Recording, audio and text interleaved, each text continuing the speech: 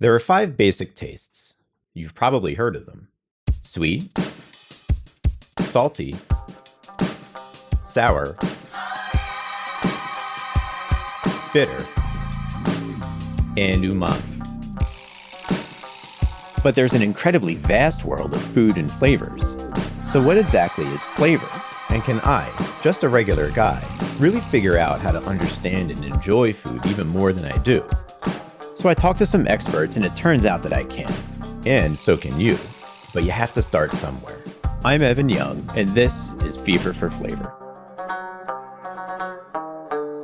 Do you have a relationship with social media? Because I do. And like all relationships I've ever had throughout my life with people, places, and things, it is not a simple one. On one hand, I think that humanity is someday going to look back at this age of social media that we're currently in, assuming we haven't nuked ourselves into oblivion or heated up the planet to an impossible degree, or both, and very firmly recognize that social media was an absolute evil that drove a whole lot of divisive, mind-warping, polarizing spikes into our brains.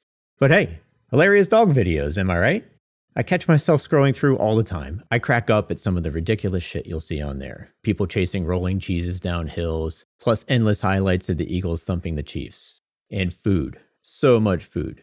Juicy, squeezy, delicious ASMR scraping food beauty shots and video clips of people making and eating things that hit the eyes and the ears, although certainly not the nose and the tongue. But on a podcast dedicated to flavor, why would anyone care about social media? Should we care?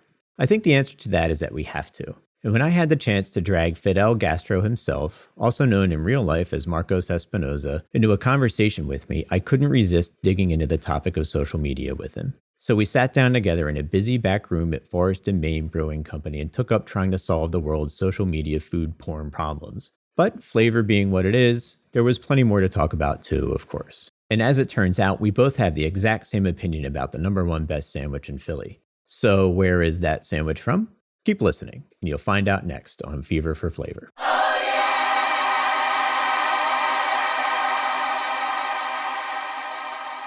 Marcos, thank you very much. Really appreciate you coming on. I am super excited to have a conversation with somebody who calls themselves Fidel Gastro. So my first question for you, talk to me about who or what you are, and also talk to me so that the audience understands who or what exactly Fidel Gastro is, and then we'll go from there.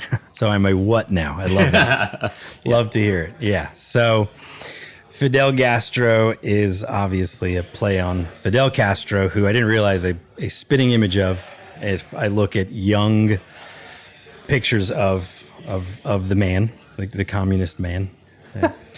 When I first saw you when you walked in, I mean, I thought, oh, yeah, holy shit, this guy's Fidel Castro. Yeah, I wish I looked like Che, but yeah, all good. So Fidel Gastro was started 1,000 years ago as a food blog because prior to social media and prior to social media that required photos and now video, you had to write actual words.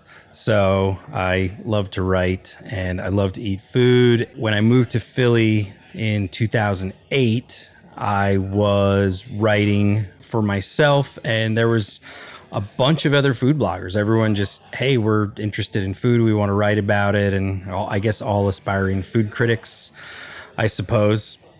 But we had a lot of fun. There was a really cool community back then. And so Fidel Gastro was at the outset a food blog. Then it became a Twitter account, and now it's an Instagram account. And at this point, there's kind of some food in between then and now. I also became a dad. And so there was kids were, my kids were on a little bit. I was exploiting them. Dad stuff, some dad stuff on there. Yeah, they were super adorable. Now they really don't want to be anywhere near my Dad, get me off your social blog, please. Yeah. Like once they get to a certain age, they're gonna be like, yeah, all right. Yeah. Yeah. So that was it. I mean, food blew up, and I feel like I was a part of the Philly food scene. Yeah. And I still would consider myself part of that Philly food scene. And sometimes I joke that I went from influencer to dadfluencer, or I guess I was always a dadfluencer, and that's it.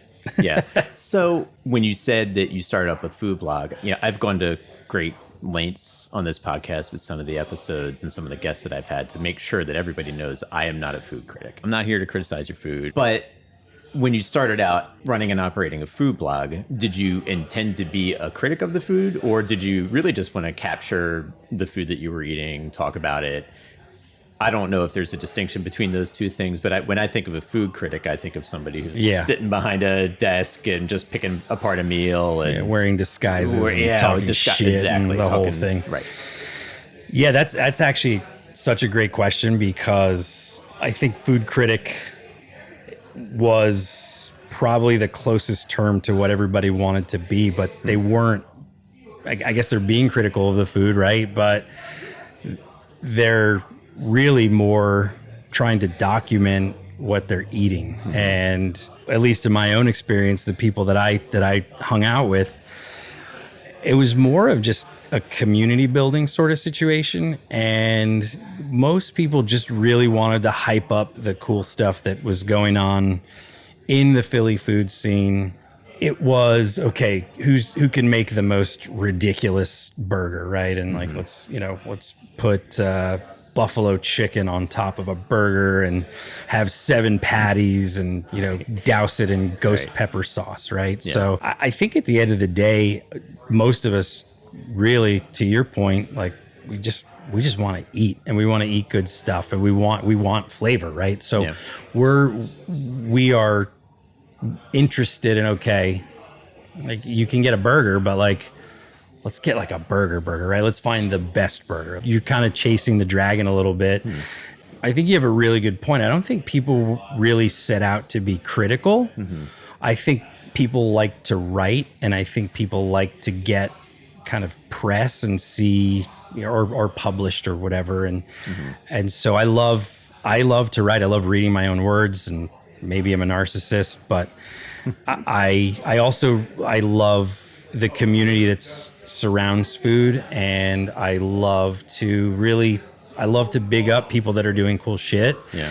And I think chefs, by and large, they've always been kind of characters, right? And so I really think that we just were kind of excited about what these chefs were doing, what these restaurants were doing. Yeah.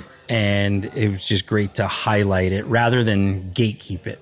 So I think what I hear you talking about is like, this is about a sense of community, and that's something that drew you to it, maybe first and foremost. And I think that's amazing, because of course food is something that we all do together. I mean, it's so important to families, communities, friends.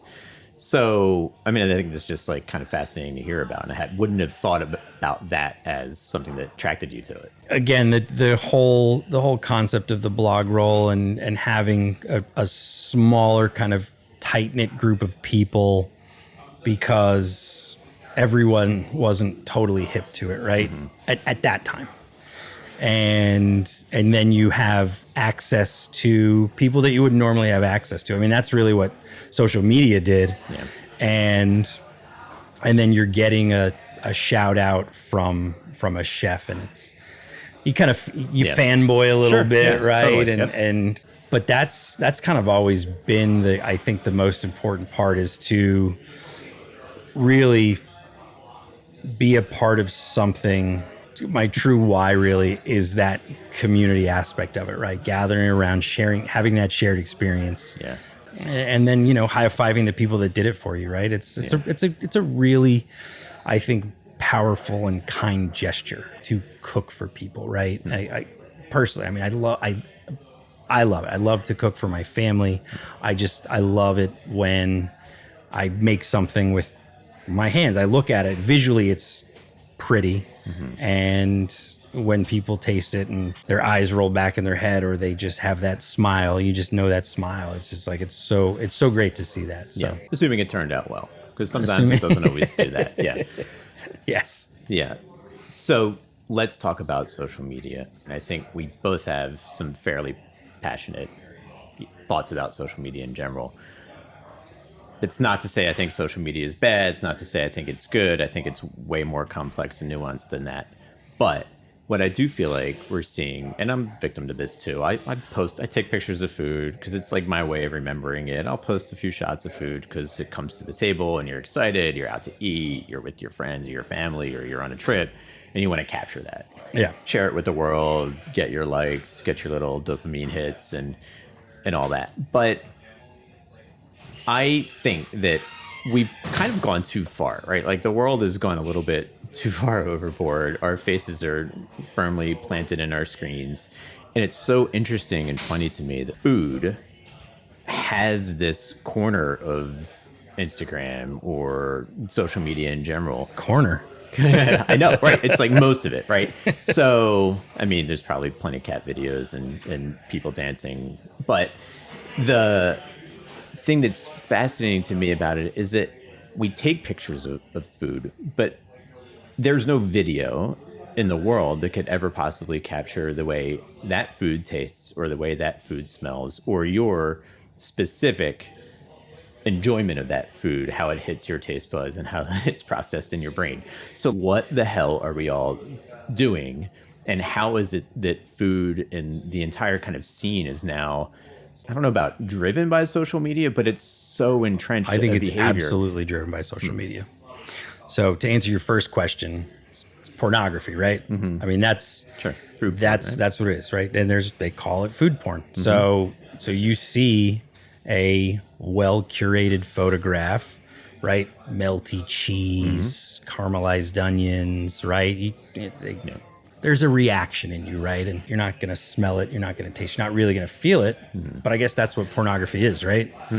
And so you are now, okay, well, that was a cool picture. Yeah. That's another cool picture, right? And because the algorithm feeds you because you're, scrolling through food, hashtag eats, hashtag whatever, hashtag calorie bomb, whatever. It's just, it's addictive. And because these posts are so engaging, photos and now videos, right? Now what happens is chefs and restaurant owners or restaurant operators have to have social media in the business plan. Yeah. And you have to create content to get people to your restaurant. Unless you have some sort of weird cult following, it's now a mandatory part. It's a prerequisite for any restaurant. Yeah. As if restaurant owners needed yet one more thing to just make their restaurant successful. It's hard enough to run a business like that as it is. And layer on social media, which is something that so few people even actually know how to do in the first place. Well, I think that's the thing too, is I think that the assumption is, and this is why I think social media managers are so underpaid, is because everyone thinks that it's easy to do. I'll go out, I'll film scenes, I'll do transitions, I'll edit this stuff, I'll spend 3 or 4 hours on a 30-40 second post and it flops. And then I'll walk down to the corner bar and get a roast beef sandwich and just hold it up to the camera and say, here's a roast beef sandwich. Right. 500,000 hits, right? I mean, maybe not that many, but it's the whole thing's just,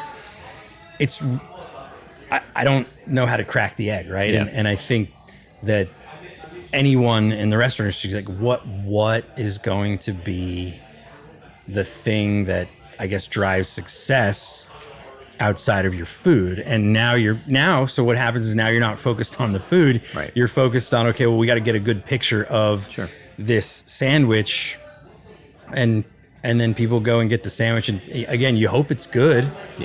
But maybe it tastes like shit. But it's a cool sandwich, and everyone's lining up for it because one person said it was great. Right. Yeah. It's a weird economy. It's very weird. And my theory on what you just described is probably the more highly curated thing that you spent 3 or 4 hours on that ultimately flops, maybe lacking some kind of authenticity to it, that you holding a roast beef sandwich and smiling at the camera in that, snap second was an authentic reaction. I think even though social media is almost wholly contrived, I think people can pick up on authenticity in that way. And that may be the thing that resonates. I do sense, though, that business owners, chefs, people trying to run a restaurant, they're always going to have to figure out the flavor needs to be there. The food needs to be there. But how can they curate something authentic for themselves that isn't too contrived, that's not too much the 1980s Burger King Whopper up close dripping with fat and oil, that we all know that's not what the thing was, but Yeah. you know, that visceral reaction that you talked about is still there, and they need to do that. They need to find that to drive people through the front door. But it's also weird. I mean, it's just so, it's of all things, like here we are with food that is just something that there's no way around the fact that you need to experience it to enjoy it. You're right. Right. You know, it's just like of all things. There's even an ASMR vibe to a lot of food posts now too, where you're like people running the knife on the crispy burnt edges of the rack of ribs or the whatever the hell it is. It should be private. Keep that shit private. Keep it to yourself. Keep it to yourself. Yeah. Nobody needs to know your food porn habits. But that to me, it's so hyper contrived that it doesn't quite gross me out, but it definitely just annoys me. You had me until that. I'm happy to look at food. I'm happy to watch you make a recipe. I'm happy to watch somebody else enjoy it and, you know, see what happens when you squeeze the buns of a burger. Right. Yeah. But like, I don't need to hear the knife dragging across. It's too much for me. It's all of it is just, it's all ridiculous. I think we're too digital at this point. Is there a way out? Should we be trying to find a way out? Should we just accept that this is a reality and be comfortable with it? I think, again, selfishly, I have too much fun with it. Yeah. And it's enjoyable for me. Now, I follow a fair amount of people, but I don't really follow celebrities. I don't really follow brands. I really almost use it as social media. Like I use it with my friends, right? And it's always been for me a very positive thing. And I try to keep it positive. And I don't necessarily want it to go away, but it would be cool if we could kind of maybe pump the brakes. I don't know how we get back as a society to a non-digital day-to-day life. Yeah. I guess I should say it's not all bad, right? I am plenty entertained by the things that I see on there. I scroll, sure. I share some stuff with my kids. The fact of social media giving me chef reactions, which if you follow him is phenomenal. I mean, I've watched all of those and that's long form stuff. I mean, that's, 4 to 6 minutes. It's wonderful. To kind of move into actual food, I'm curious if you think through the years that you've been doing this as a Philadelphia area connoisseur of all that is Philadelphia, the idea of Philadelphia having a palate, like a food palate, do you think that that's true? Is that a real thing? Do you think, because I know people describe us as like a foodie city, and there's definitely kind of a bit of a greasy vibe to Philadelphia. Oh, big time. Food. Yeah. Well, I mean, we're a sandwich city, right? I mean, that's really where we shine. Mm-hmm. Yeah. I know what I think my favorite sandwich in the city is. What do you think your favorite sandwich in the city is? Somebody else just asked me this. Did they really? Okay. Yeah. So I still love a cheesesteak, and I know everyone says, "Wow, roast pork," right? Yeah. So again, the DiNic's roast pork is the DiNic's roast pork is great. literally my favorite sandwich in the city. It's a perfect sandwich. Yeah, it really is, right? I love the cheesesteak at Del Rossi's, right? Mm-hmm. And then Angelo's is good, and I'll hand in my foodie card or my Philly food scene card, whatever. But a Pat's cheesesteak with whiz, with cheese fries, and a cherry soda that's a perfect meal for me. And it's touristy, whatever. I don't give a shit. Yeah. It's still good. Yeah. Is Dish Kibibble still around? I believe they are. Okay, yeah, because they didn't have the cherry soda, right? They had the grape soda mixed with something else, right? Yeah. It's really hard to get around the cheesesteak. Obviously, we're all Philadelphians here, so a cheesesteak is such an important part of our DNA. Yes, 100%. Yeah. There are so many places in Philly that don't have a good cheesesteak, and it's everybody's own unique idea of what a cheesesteak should be. Well, there's two camps, right? Now we are in this era of the elevated or gourmet cheesesteak, right? Yeah. So, which I like. How do you not like? No, I love it. It's so good. I love it. Yeah. But there are people that would argue that a cheesesteak Yep.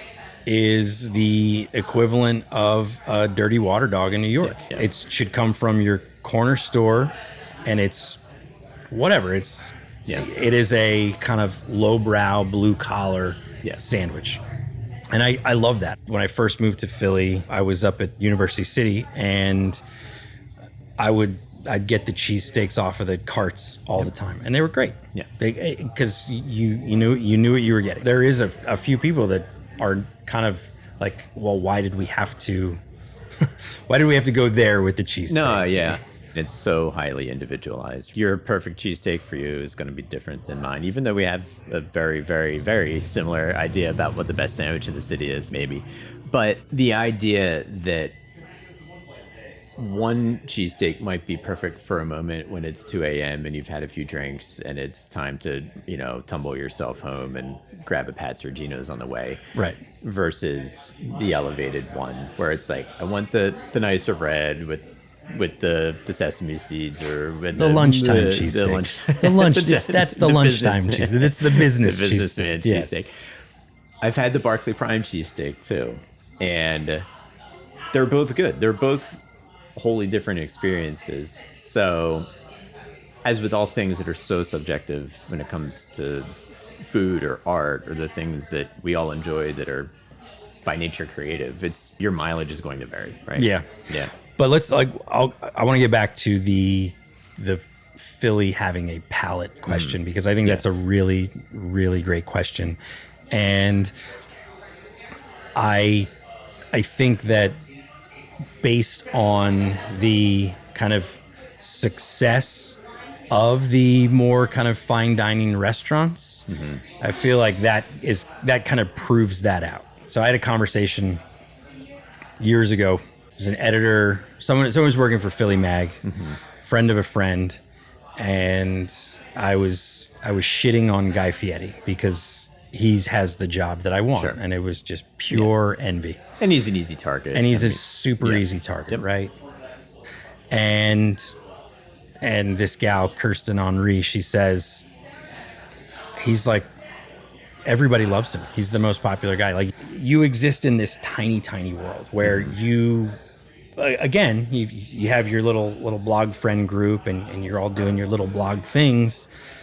The general population, the people surrounding you, they don't give a shit, right? And that's what it is. So I would say yes, palates are better. Philly's pretty parochial. A lot of people that live in Philly were born around here. They may have gone away for college. They moved back, right? Yeah. Whereas you go to a place like New York, everyone's a transplant, right? I happen to be one of the few transplants to Philly from Salt Lake City, Utah, where nobody has a palate. But there's no cuisine in Salt Lake City, is there? No. Right. No. There's pastrami burgers. There's my parents' Navajo tacos. There's fry sauce.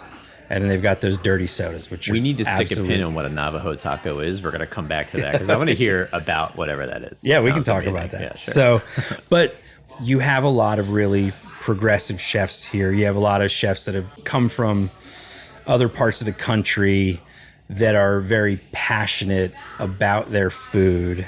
They're very creative. And I think that's attractive enough where people do want to try new things. I think that if food was cheaper, I think you'd have a little more opportunity to get a little more creative. Yeah. But I think it's a difficult environment now to really push the envelope because you're dealing with operating the restaurant, and then you're dealing with people that don't have a lot of disposable income because that's not where we're at right now. Yeah. Do you think that this is a chicken or the egg situation where you had Philadelphia where progressive chefs came in and wanted to do things differently and be more creative, and then that's why Philadelphia got to be a bit more foodie? Or do you think it's the other way around where you've got a progressive population, you've got people willing to try things, and therefore they knew that this is a market where people could do things that were a little bit more out on the edge? Probably a little bit from column A and a little bit from column B, right? So I think there are people out there that took took the tack of if you build it, they will come. Yeah. Right. And I think that worked for some people, and I think for other people it didn't really work out. Yeah. But I think a lot of that really does hinge on marketing and social media. There are brilliant chefs out there that have no social media presence, and they could be doing the coolest thing ever, but nobody knows about them because that's not part of their day to day. Yeah. And then you have people doing kind of whatever. Yeah. But they're wildly popular. People are lining up around the block because they're leveraging the algorithm. Do you think that there's anything to some of the longer standing places in Philadelphia that existed in pre-social media age that you almost don't think they need to do any of it now because they're stalwarts? The 4th Street Delicatessen is one that kind of jumps to mind for me. Is just, are they doing social media? I don't know. Probably not. I'm going to go eat their food probably anyway. Not. So yeah. They're haven't changed a bit, and all the time I've seen them there. Yeah, I mean, you got to respect the classics, right?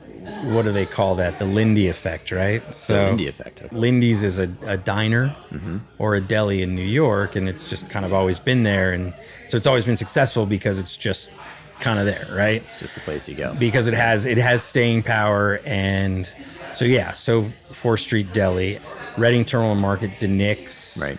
Places that have been on the map. You get to a point where you're on the map for so long that's where you show up in the guides, right? Because the people writing the guides, and because I wrote guides. Did you write guides? Okay. That was my job when I wrote for the Feast.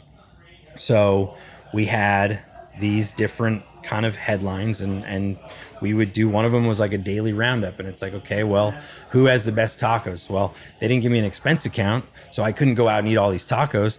I ate tacos where I could. I also had toddlers at home, and so I would say, okay, well, this place looks all right, so I'll just throw it on the list, right? Yeah. So again, it comes back to search engine optimization. Yeah. The algorithms, whatever, and then you are gonna just Google taco spot here, like someone coming in from out of town, right? Yeah. And so whoever's at the top of the SEO, that's who's gonna get. So do you think that hearing and believing what you're talking about right now, that somewhere in Philadelphia right now, there's a chef or restaurant owner that's dying on the inside? If you're a creative purist or you're a chef and you want to just like create something for the world and you're passionate about it, but you have all these other things that don't compute for you that you have to do, and that you know that there's food writers out there that potentially aren't even like, going to your place, who would want to enter into that world? You'd almost have to be a little crazy to try to do it. I think that most, if not all, have just kind of decided to bite the bullet and figure out how to do it or who to hire to do it to help them out. Again, I think back to your original question, it's not going away. Yeah. And now, I mean, restaurants are designed around Instagrammable, perfect light, Instagrammable walls and ceilings and stuff. All of this stuff. How's the lighting? Yes. Well, and it's this necessity, but maybe that's just you and me being older guys thinking too hard about this stuff. Maybe that's not a necessity at all for people that are much younger than us, that this is just a natural thing for them, and they don't give a crap about whether or not there's a gross, greasy feeling about a restaurant posting their food. It's just, cool. That's awesome. I'm gonna go try that. It's just been normalized, right? I mean, that's the thing. It's just it's part of their life, part of their situation. So yeah. So, what are some of the favorite things you've experienced along the way, doing the things you've done, as far as the food goes? I mean, have you had some experiences where something blew you away for whatever that reason may have been? I would love to hear about that. Yeah, absolutely.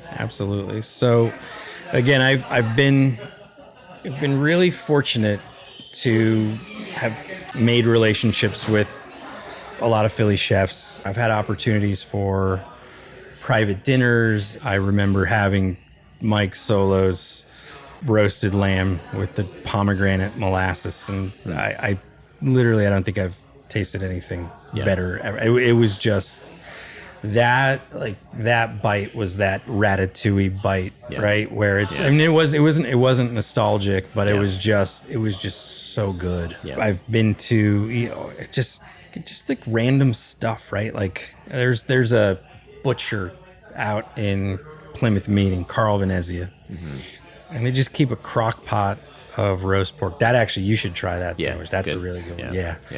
It's a $7 roast pork sandwich. Comes on a Kaiser. It's like it's like 7 pounds. You know, it leaks through the bag. Fountain Porter Burger, right? First time go to Fountain Burger, it's $5. It's $6 now.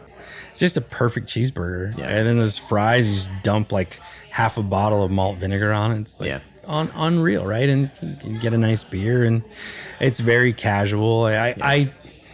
I would say that I skew a little more lowbrow when it comes to food. I'll eat anything. Anything but a salad, perhaps? No, I love a salad. A whole list of salads in there.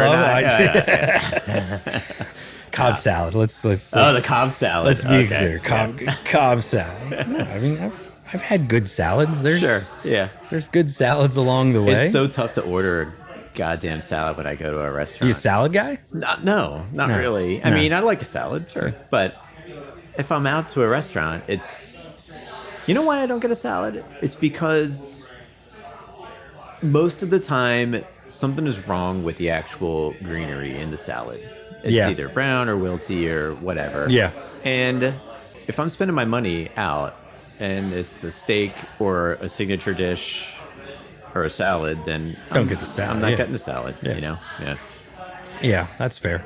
I mean, I apologize that I'm not mentioning salads. No, it's okay. No, I'm just feel bad about the salads. No, it's fine. No, because but hey, you know, humans are engineered a certain way. We're engineered to salt and fat and sugar. So salad really doesn't satisfy any of those requirements. You know, give a salad to a starving person and I'm sure that they would love it. But it's tough to choose that unless I'm just feeling already gross when I walk through the door. Like I haven't eaten anything like a vegetable in a week, then okay, sure, I'll go. Give me some greens.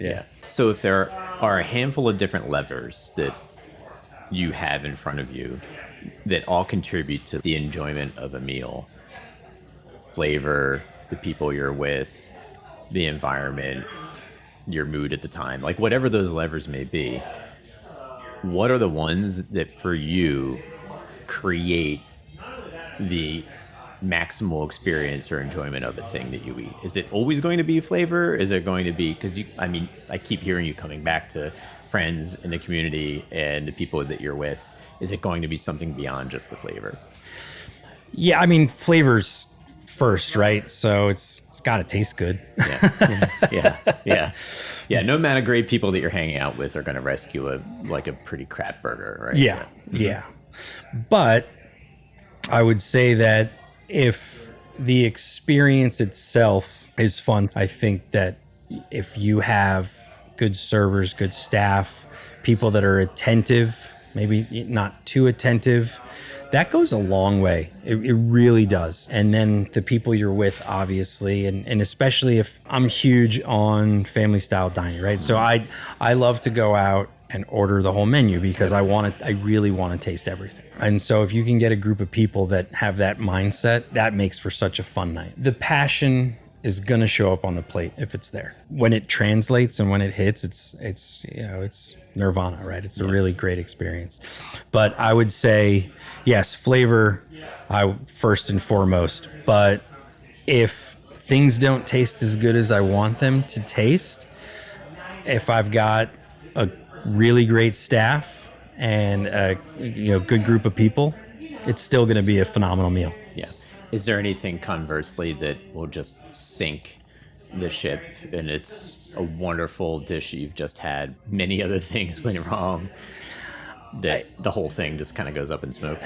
Yeah, I mean, if you're hungry and food's taking a while to show up, that's never a good thing. And if your server is just flat out ignoring you, I'll flip a table. I mean, I won't actually flip a table, but flip a proverbial table. Yeah. Right? Yeah. You're flipping it on the inside. It's a difficult conversation to have, right? But if the kitchen's in the weeds, you got to know, right? Or because then it's like, okay, I can sympathize with you. There is probably nothing worse than a bad server.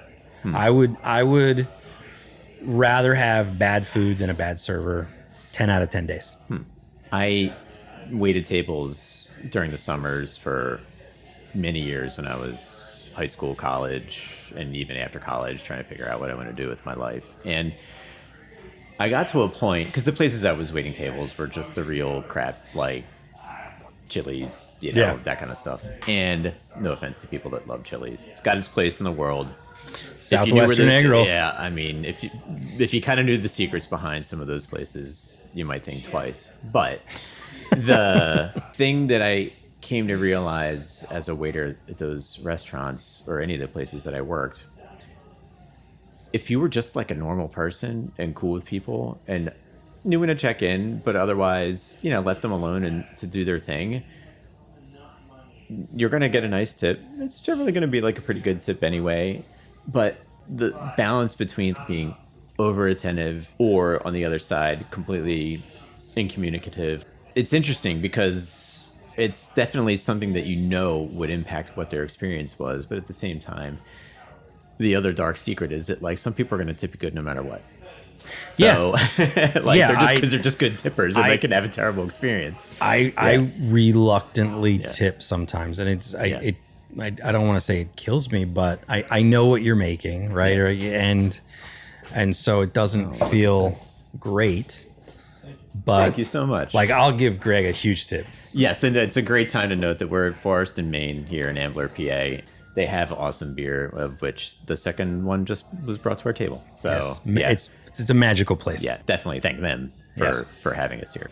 Hey, speaking of good service, there's some great service right there. Just somebody bringing a magical beer to the table. The table elf just what a treat!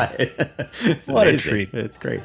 I don't know if I care about the service all that much until it really turns bad. Yeah, and it's been 55 minutes since you've stopped by. Everything is empty. I have no idea where my food is. My tolerance for like pretty bad service is high, Yeah, humans are human, and I will give people all of the grace. You know why? Because I would like that same courtesy to be extended to me. Yeah, and I would agree with you. I can be very tolerant when it gets to that point, though, where it's where's my food? Yeah, and not even a food's gonna be right out or sorry, here's another basket of bread. But I think you're right. There are some people that just don't care. There was another way that you could always manage to get a decent tip, and that's if you happen to slip and fall and drop an entire tray full of food like that with the servers, we would all sit there and be like, well, I guess you're getting a good tip tonight, because like they just feel so bad for you because you're this like, sweaty 19-year-old kid trying to just hack your way through like a weeded out shift. And it's so sometimes you would get a decent tip out of that, but Now, was that ever intentional? No. Yeah, you can't drop an entire tray.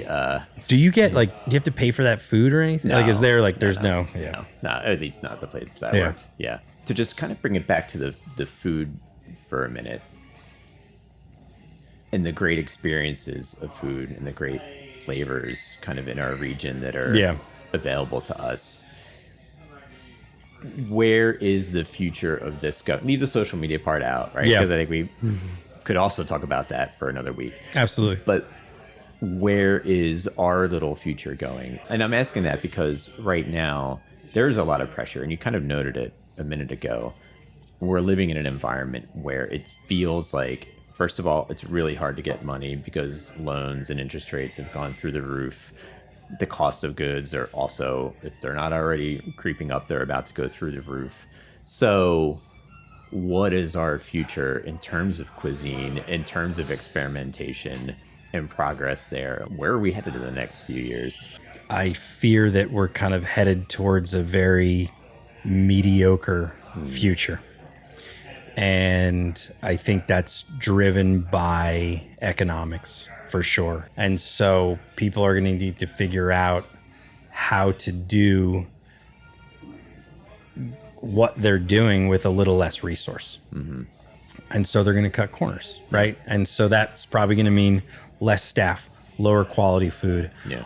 We've been conditioned for so many years. Value to the American is the big portion. It's cool. Yeah. But I don't need a 36-ounce steak. Right. Well, it's needlessly wasteful. It's right? and that's what it is, right? Yeah. I don't need a half-pound cheeseburger. Tastes just as good. Like, listen, if I'm now, okay, let's just, so no one calls me out. I did eat a 24-inch quesadilla a few months ago or a couple weeks ago, whatever it was, and that was absolutely gluttonous. But that's the thing is like that's what people value. They don't value flavor. Yeah. They value quantities. Quantity always over quality. And so I think that if people still want that over everything, then I think we're headed towards food being shitty. But here's the thing, right? I think that not just in Philly, but your comment about palates, right?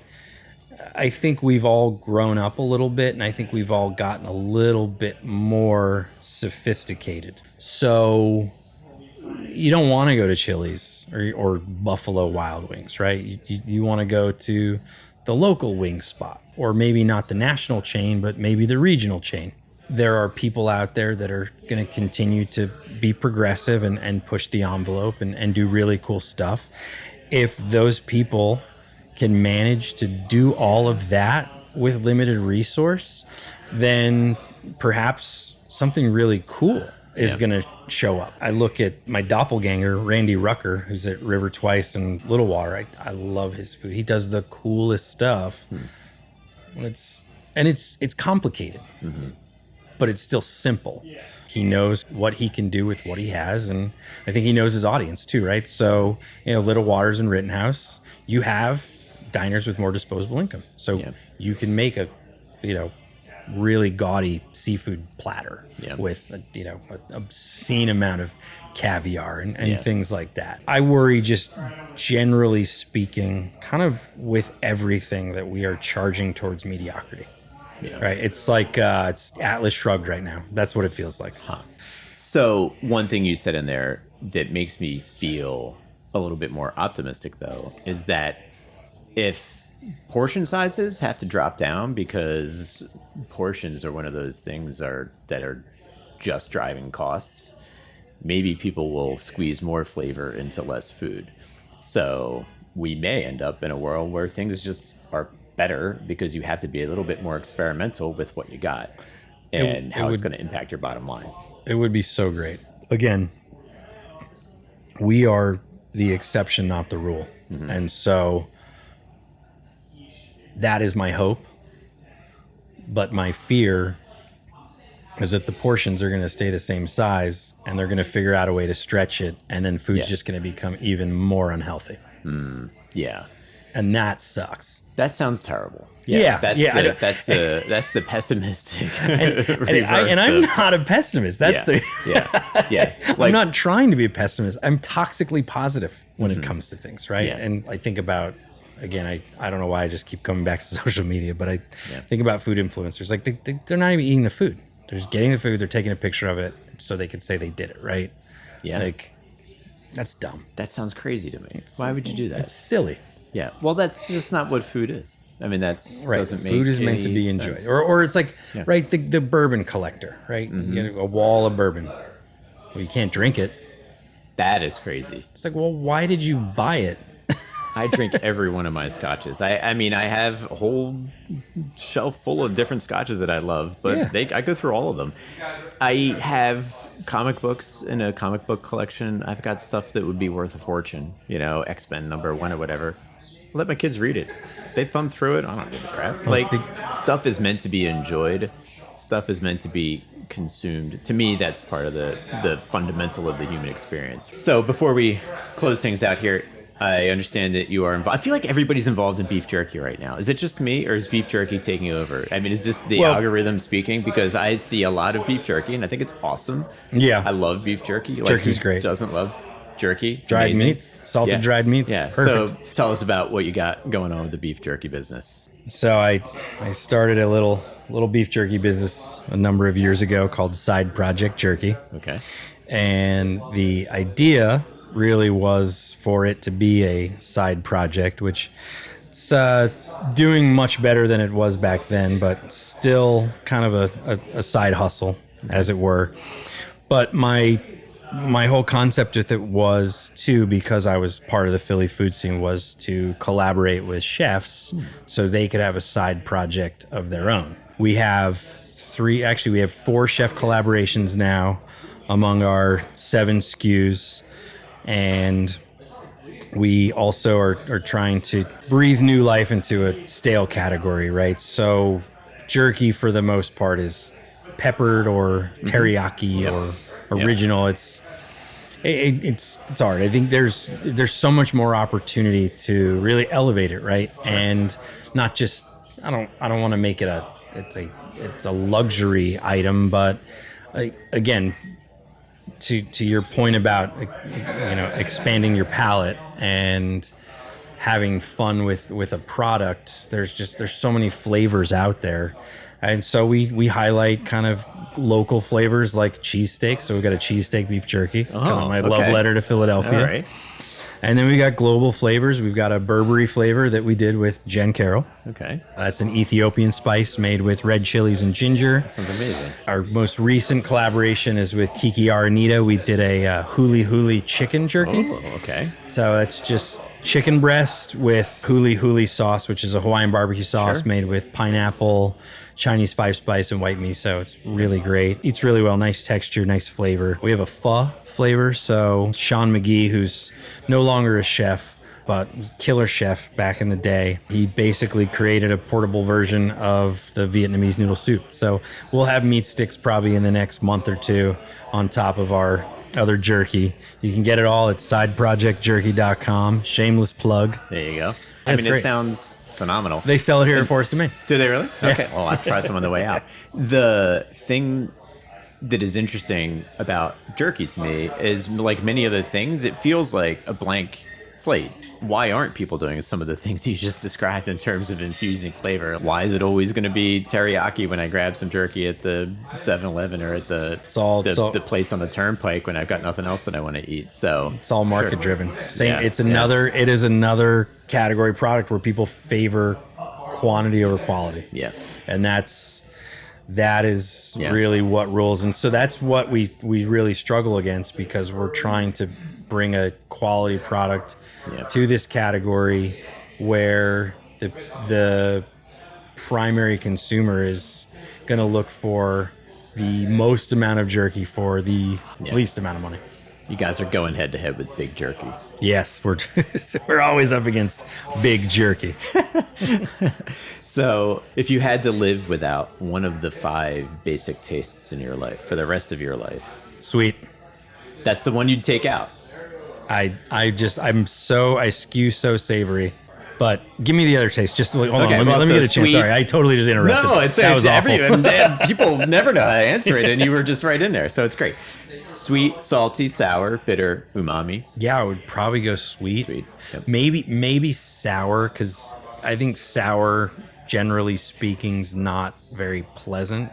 Although I do love a sour beer, right? Or a nice funky farmhouse ale. But my son maybe it was my daughter, one of the kids. We were at Whole Foods, and they were selling these frozen grapes coated with sour candy. Oh, okay. And it was the most disgusting thing. They probably loved it, though. They were all over it. Yeah. They ate the shit out of it. Yeah. And so, and again, it's, I'm a dinosaur at this point, so sour just doesn't appeal to me. But I'd be lying if I didn't say I ate a whole bag of Warheads when I was 13 years old. Yeah.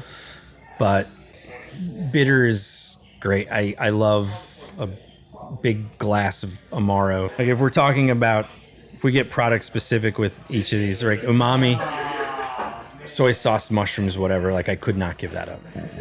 Umami is just a perfect flavor.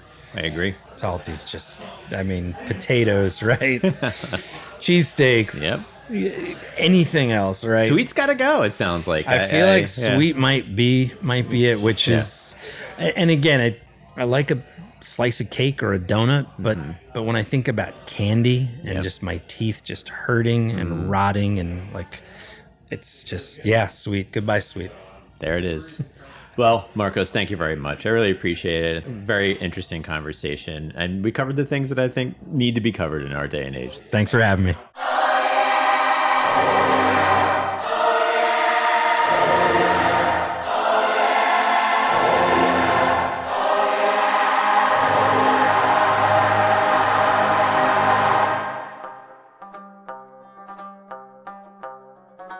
Thank you for joining us on Fever for Flavor, a weekly podcast hosted by me, Evan Young, and produced by Studio D Podcast Production. If you want more content, go to feverforflavor.com. That's fever, the number 4, flavor.com. Feel free to email us at podcast@feverforflavor.com and follow us on Instagram @feverforflavor. Again, that's fever, the number 4, flavor. If you'd like to support Fever for Flavor, please leave a review on Apple Podcasts or wherever you get your podcasts. All you have to do is open up the podcast app on your phone, look for Fever for Flavor, scroll down until you see Write a Review, and tell us what you think. Join me next week as we continue to explore the world of food and flavors here on Fever for Flavor.